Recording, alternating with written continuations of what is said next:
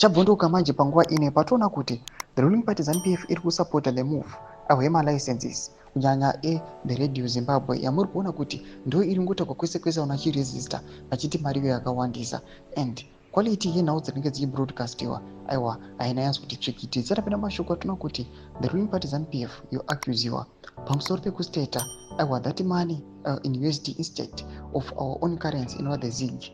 Doti bawasubscribe olaikota on the bell yako panapa advocate vevanhu advocate fadzemaire anouya panguva inoi achinyatsokuenda mafireworks aiwa kune the ruling party ZANU-PF nana Mutsvangwa obuda achiti ndiye Nick Mangwana, why is your anti-people license fee not in ZIG?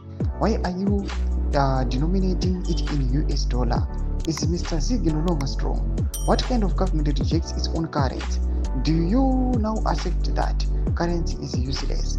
What did new leaders? Ndemahere uyu arikachi ataka aiwa vana Mutsvangwa vamuziva kuti ndo vanenge vachisapota zvese zvinenge zvichiitwa on the ruling party ZANU-PF. Anouya panguva ino achivati why are you denominating aiwa mafees enyu in US dollars? But munozikanwa kunzi ndimi maifamba kwese kwese muchiti aiwa ngakushatiswe ZIG, we are the strongest currency and we have our Mr.